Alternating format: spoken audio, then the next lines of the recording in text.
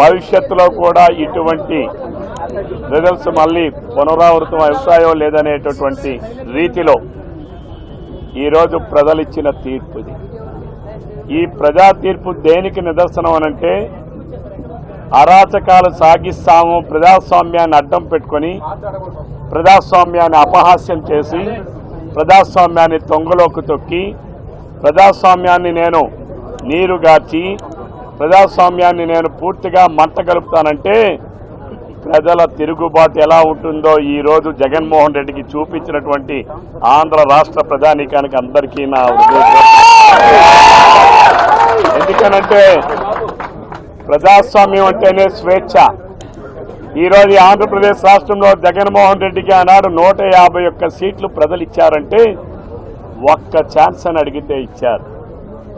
ఒక్క ఛాన్స్ అని అడిగావు, రెండో ఛాన్స్ నీకు మరి లేదనేది ప్రజలు నీకు చాలా స్పష్టమైనటువంటి విస్పష్టమైనటువంటి తీర్పు ఈరోజు జగన్మోహన్ రెడ్డికి ఇచ్చారు.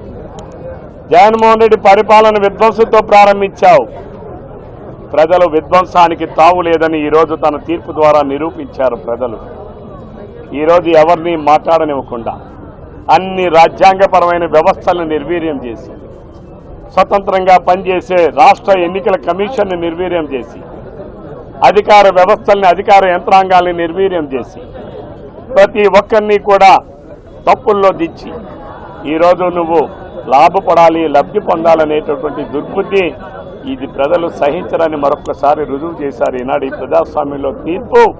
ఇది బహుశా ప్రపంచంలోనే కాదు భారతదేశంలో ఉన్నటువంటి అన్ని రాష్ట్రాలకు కూడా ఇది కనువిప్పు కలగాలి. ప్రతి ఒక్క రాజకీయ పార్టీలో ఉన్నటువంటి నాయకులు కూడా కనువిప్పు కలగాలి. ఎవరైనా ప్రజలు ఇచ్చిన తీర్పుని తద్భిన్నంగా ఉంటే ఎలాంటి యుద్ధం ప్రకటిస్తారో ప్రజలు ఒకసారి ఈ తీర్పు ద్వారా నిరూపితమైంది.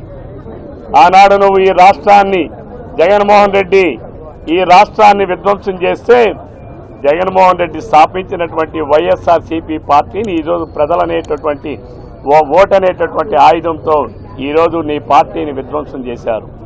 నేను అనేక పర్యాయాలు చెప్పాను, జగన్మోహన్ రెడ్డి రేపు ఎట్టి పరిస్థితుల్లో కూడా సింగిల్ డిజిట్ వస్తుందన్నాను. ఈరోజు ఆ సింగిల్ డిజిట్కే పరిమితం అయ్యారంటే ఆ రోజు మేము క్షేత్రస్థాయిలో ప్రజల ఆలోచనలు చూసినటువంటి వ్యక్తులం, అనుక్షణం ప్రజల మధ్యన ఉన్నటువంటి వ్యక్తులం, అనుక్షణం ప్రజల కోసం పోరాటాలు చేసినటువంటి వ్యక్తులం.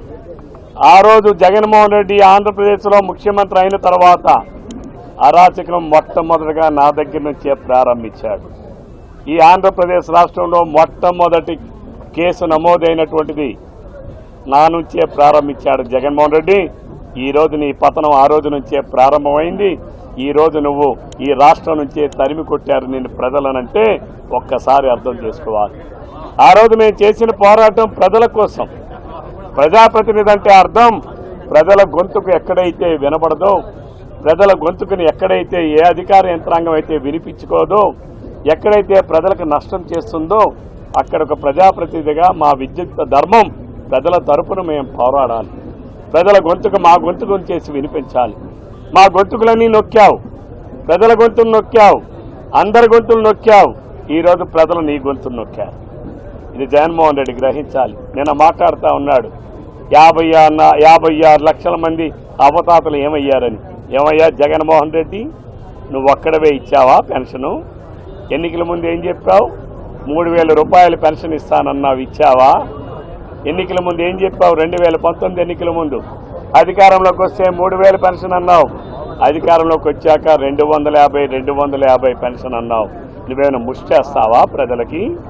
అవతాతలకి ఆనాడు 200 రూపాయలు ఉన్న పెన్షన్ 5 సంవత్సరాల కాలంలో 2000 రూపాయలు చంద్రబాబు నాయుడు గారు చేసిన చంద్రబాబు నాయుడు గారు గొప్పవాడా? నువ్వు 5 సంవత్సరాల్లో 1000 రూపాయలు కూడా ఇవ్వడానికి గింజుకున్నటువంటి నువ్వు, నీది గొప్ప పరిపాలన, ఎవరిది గొప్ప పరిపాలన చెప్పాలి.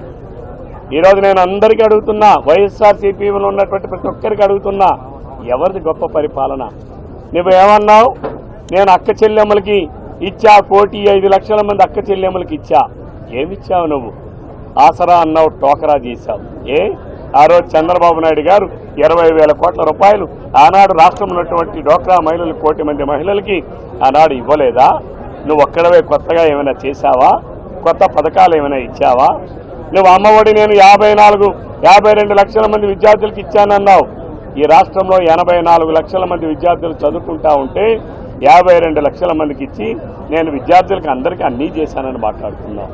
నేను అడుగుతా ఉన్నాను, ఈ రాష్ట్రంలో ప్రజలకు అర్థమైంది, నువ్వు పేర్లు మార్చి పథకాలకి పేర్లు మార్చినంత మాత్రాన ప్రజలేమైనా అమాయకులు అనుకుంటున్నావా, అవివేకులు అనుకుంటున్నావా?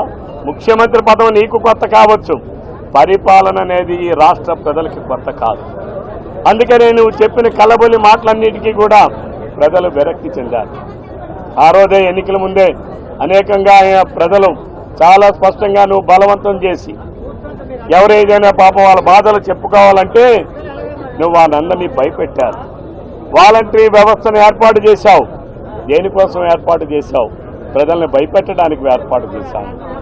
అవునా కాదా?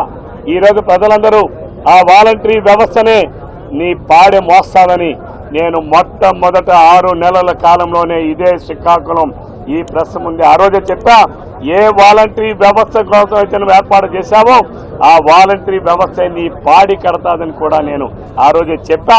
ఈ రోజు అదే రుజువైందని చెప్పి కూడా ఈ సందర్భంగా తెలియజేస్తున్నాను.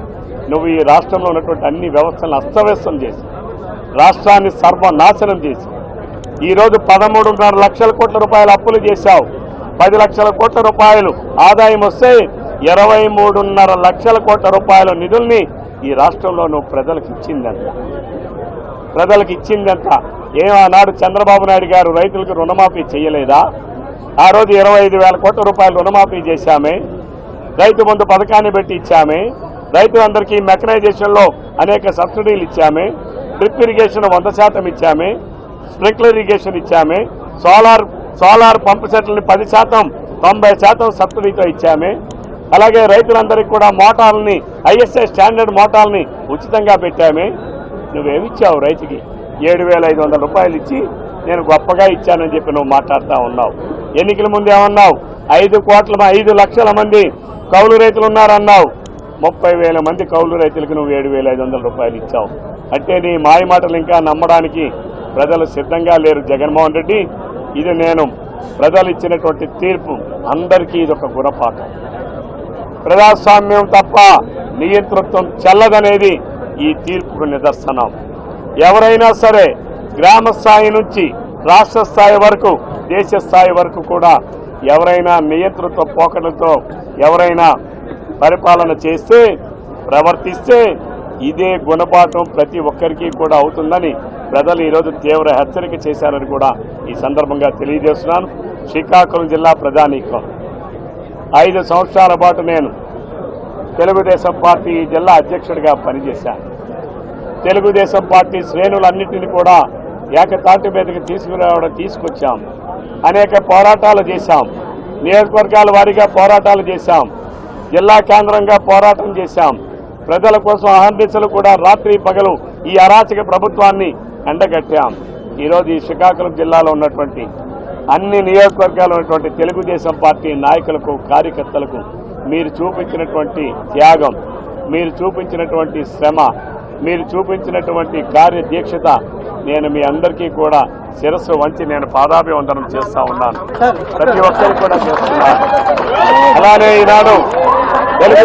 అలానే ఈనాడు కూటమిగా ఏర్పడి ఈరోజు తెలుగుదేశం, జనసేన, భారతీయ జనతా పార్టీ ఎన్డీఏ కూటమి ఈరోజు రాష్ట్రంలో అటు కేంద్రంలో 2 దగ్గరలో కూడా ఈరోజు అధికారంలోకి తీసుకుని వచ్చినటువంటి మా జనసేన కార్యకర్తలు, నాయకులు మనస్ఫూర్తిగా పనిచేశారు. భారతీయ జనతా పార్టీ నాయకులు, కార్యకర్తలు మనస్ఫూర్తిగా పనిచేశారు. ఈరోజు చాలామంది మాట్లాడారు, కూటమి కట్టారు.